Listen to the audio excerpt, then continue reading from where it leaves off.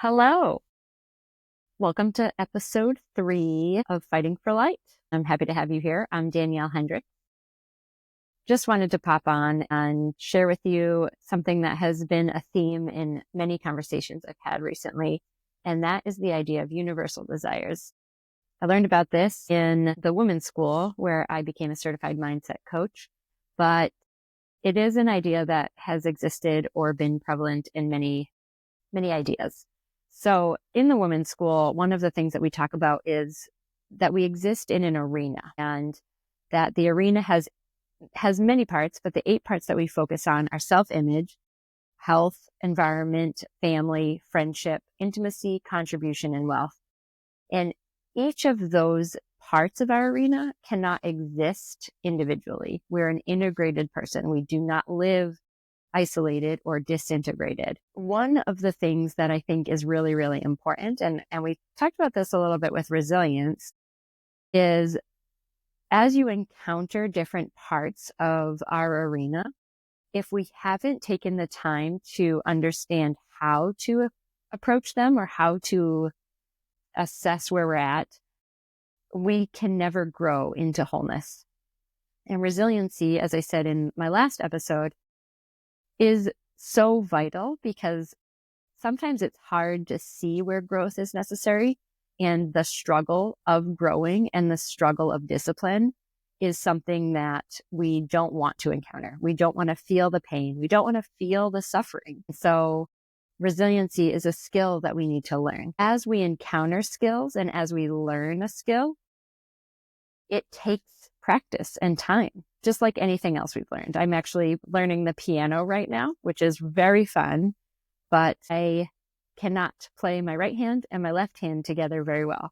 And it feels like an insurmountable obstacle that I am not going to be able to overcome because my brain is not wired that way. So I say all that, and one of the things that can help us to take a step back. So I talked about resiliency and the skill of being able to approach these things. The question that some of you might have asked is, how do we know where to go in these areas? How do we know where to take this? And how do I know how to become a whole person? I don't understand what it means to be integrated, or I don't understand what it means to have an arena. What does that even mean? And so the example that I like to give is if someone came to me as a coach and they were talking to me about, say, their marriage, and they were having struggles within their marriage and they were having a lot of conflict. And I asked a question, what is your home life like? Is it very chaotic? Is it really a struggle at home? Is it peaceful? Is it calm? And they said, what does that matter? Why does that even have a weight in the fact that my husband and I are not getting along, or my wife and I are struggling? If every morning when you wake up, your laundry isn't done and your arguments are about the laundry not getting done, then the environment that you live in does play a role. And so I say that as a very simple example because we as people, as whole human beings, have an integrated life. And that's what the arena means. One of the things that I've encountered is I work with in the nonprofit world, in the ministry setting, I work with very different levels of people. And what I mean about that is people who maybe have not learned skills on how to be successful in their lives, or they're setting goals or flourishing in the lives that they're in. And some people who are very flourishing or have flourished very well, who are way advanced in setting goals and having their environment be very organized and ordered, or have marriages that are very joyful, and that communication is a skill they learned. Regardless of where they are, maybe in that setting, the other one is socioeconomic. Socioeconomic populations of varying degrees have, in some realms, very different takes on the world. I know for those who I work with and minister to who are in a low socioeconomic population, they have a lot of very material needs.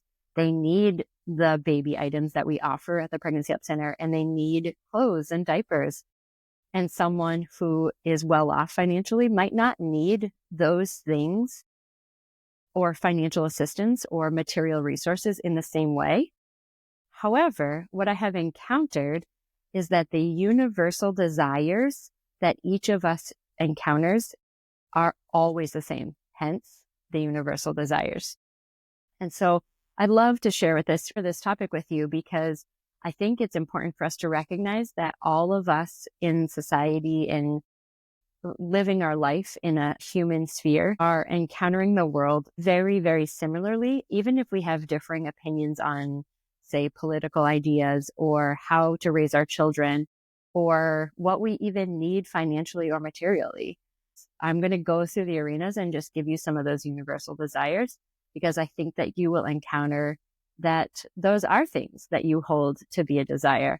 And so when we think about our self-image, when we think about who we are and encounter ourselves as a person, as a whole being, we want to feel confident. We want to feel beautiful. We want to feel accepted.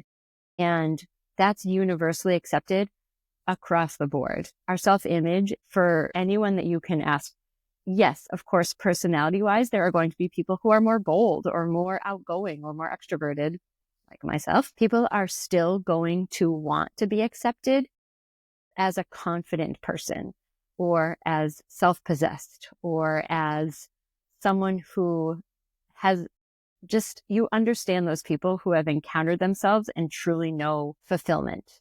That is a universal desire, and that gives us a goal and a direction to ride the bicycle.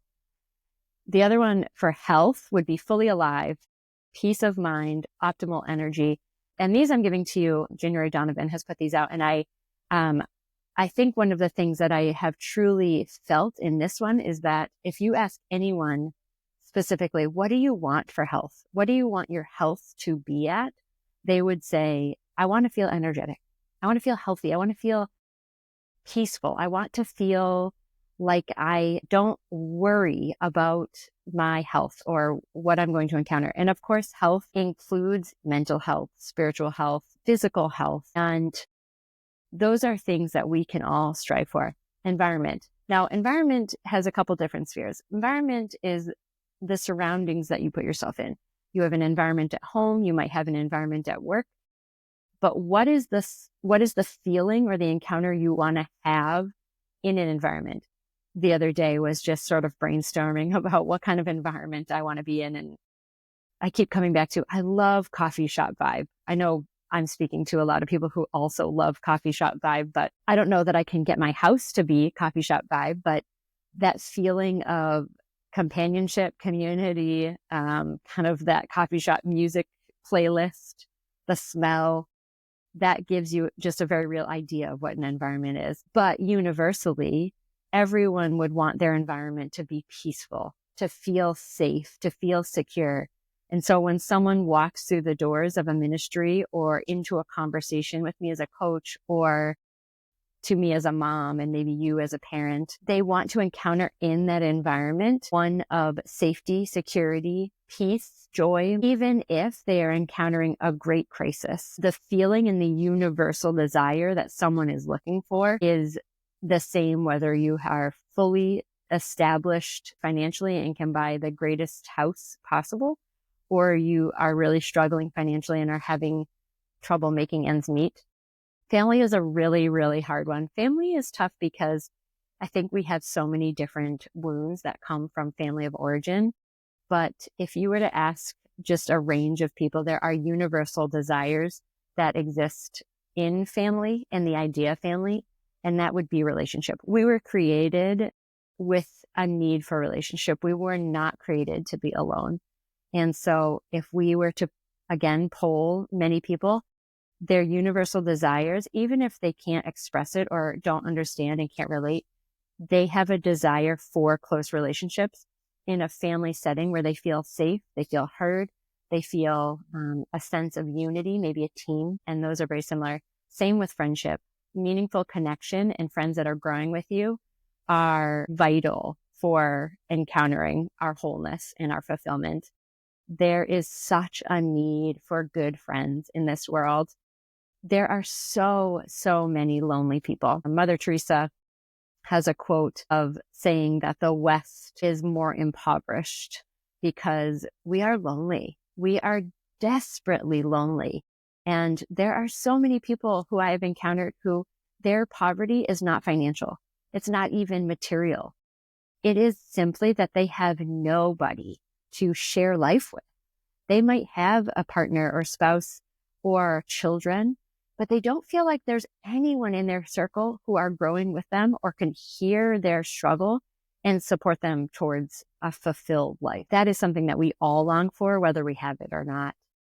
Intimacy. Intimacy is a very hot topic in our culture right now, as you know. Intimacy is it's something where it fits in the same idea of safety, security, deep connection, vulnerability. And intimacy is something that is sort of past that level of friendship.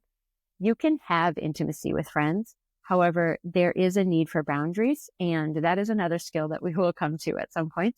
But intimacy has a universal desire of deep connection, of vulnerability. I'm sure if you took a minute to think about your life that you would encounter a minute of, or you could remember a moment of vulnerability that brought you closer to someone. And our desire and our deep desire is that we could be so fully ourselves, so fully integrated in a whole person and be accepted 100% as that person. And that would be the fulfillment of intimacy, that we could be completely, unequivocally just ourselves and be connected and accepted. Wealth is another one that it's hard to encounter because so often wealth, the idea, the universal desire is, I wish I could win the lottery and I could do whatever I desire, whatever I wanted. However, if you dig deeper into what you desire with that idea of wealth, it comes back a lot to stability and security, but it also comes to the idea of having the abundance to support the life that you dream of. And so if that life is something that is simple and maybe have a home that's safe and secure and full of the people that you love, or it might be that you want wealth to contribute to society, that you want to make great impact and change. And wealth, the idea of the universal desire or the goal that comes from wealth, isn't necessarily just a financial burden, but a level of contribution. One of the things that was said about wealth that I love is that we are the stewards of wealth. We are not the beneficiaries of wealth. And that has changed a lot of the way that I look at my financial stability and my financial impact. But it leads into contribution. And contribution is the final part of our arena. And we all are called to have purpose, that we want to have an influence and an impact on the world around us. And that includes our community, our families, our friends, our society. If we are not living from a place of contribution, then by default, we are living from a place of depletion. And I think so many of you who are listening probably can encounter that, or you're experiencing that right now, that you feel depleted. You feel like you're coming into this year or this season of your life from a place of depletion. And we all want to have contribution. We all want to have influence, and we all want to have an impact on the world around us. Even if we are leading very simple lives and don't feel like we have a lot to offer, contribution is part of our wholeness. And self-image is sort of our initial encounter of ourselves, and contribution is the result of a whole life.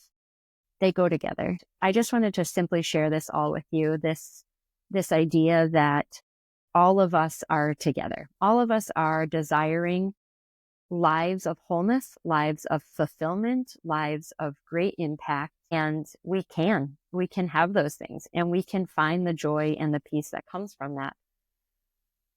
I am so excited to be here in this space. I'm so excited to have you in my corner, to be in this sphere, and to be able to help you to encounter yourselves through these ideas.